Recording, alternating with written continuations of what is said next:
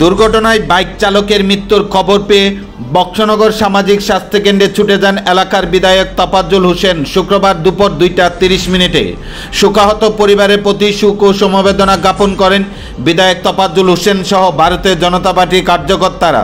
জানা যায়, কমলনগর এলাকায় বাইক ও গাড়ির সংঘর্ষে মৃত্যু হয় ফয়সাল আহমেদ নামে বাইক চালকের।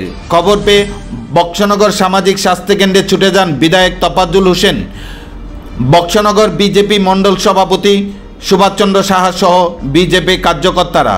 এদিকে বাইক চালকের মৃত্যুর খবরে বক্সনগর সামাজিক স্বাস্থ্য কেন্দ্রে কিছুটা সময় একটা উচ্ছৃঙ্খল পরিস্থিতির সৃষ্টি হয়। ঘটনাস্থলে বিধায়ক উপস্থিত থেকে পরিস্থিতি নিয়ন্ত্রণে আনেন। পাশাপাশি শোকাহত ফয়সাল আহমেদের মৃত্যুতে গভীর শোক ও সমবেদনা জ্ঞাপন করেন। পাশাপাশি ঘাতক গাড়ির চালকের আইনগতভাবে কঠোর শাস্তির দাবি জানান বিধায়ক। জানা যায়, বিশালগড় বক্সনগর কমলনগর সড়কে রাস্তা সংস্কার হওয়ার পর দ্রুত গতিতে যান চলাচলের ফলে প্রতিনিয়ত এই সড়কে দুর্ঘটনা ঘটিয়ে যাচ্ছে। পুলিশ এবং ট্রাফিক দ্রুত এলাকায় যান দুর্ঘটনা নিয়ন্ত্রণ করার লক্ষ্যে প্রতিনিয়ত প্রয়াস চালিয়ে যাচ্ছেন, কিন্তু দুর্ঘটনা কোনো মতেই থামছে না গোটা এলাকায়।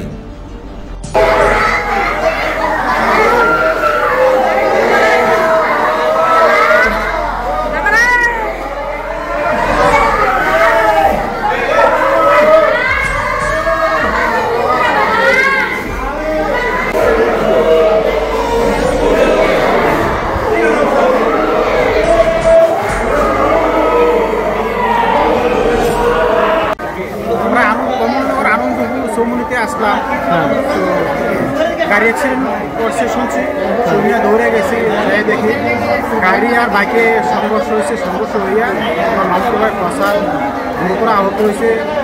সাথে সাথে আমরা কমলনগর প্রাথমিক স্বাস্থ্যকেন্দ্রে নিয়ে এসেছি।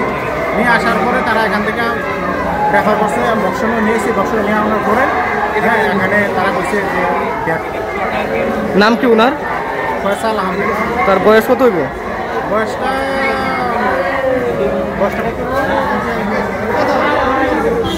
26-27। তো উনি কোথায় যাইতে লইছিল? যাইতে লইছিল কই? কমলনগর থেকে হয়তো সমুদ্রের দিকে যাইতে লইছিল।